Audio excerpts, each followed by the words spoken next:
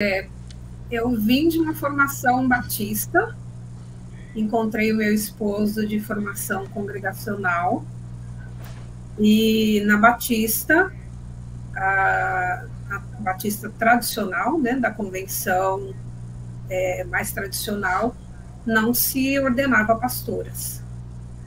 Fiz o seminário, voltei, nós casamos, porque eu conheci meu marido depois do seminário, e fomos para a congregacional, onde ele pastoreava.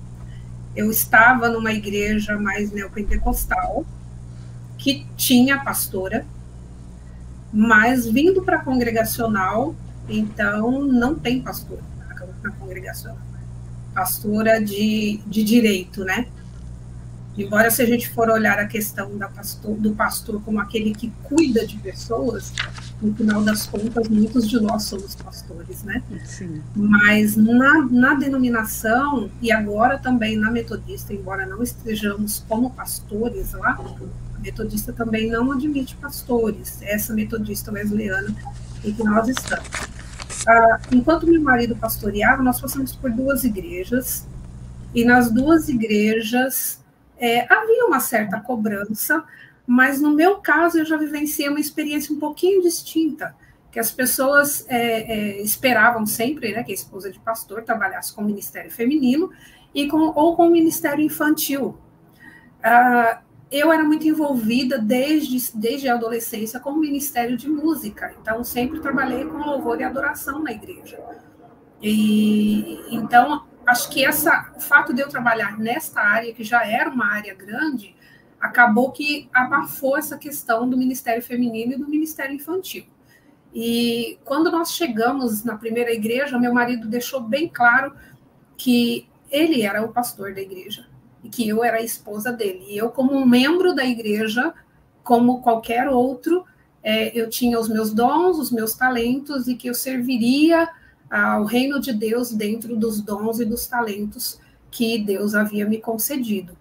Né? Então, mesmo tendo formação teológica, mesmo pregando, mesmo discipulando, mesmo cuidando de pessoas, não tinha o título, e eu não faço questão dele, porque no cuidado, no dia a dia, a gente acaba exercendo o ofício por conta do cuidado das pessoas, né, do discipulado e tudo, mas não enfrentei muito frontalmente essa expectativa alta da igreja, até porque nos lugares por onde eu passei havia uma surpresa, porque as esposas dos pastores anteriores não tinham o mesmo envolvimento ministerial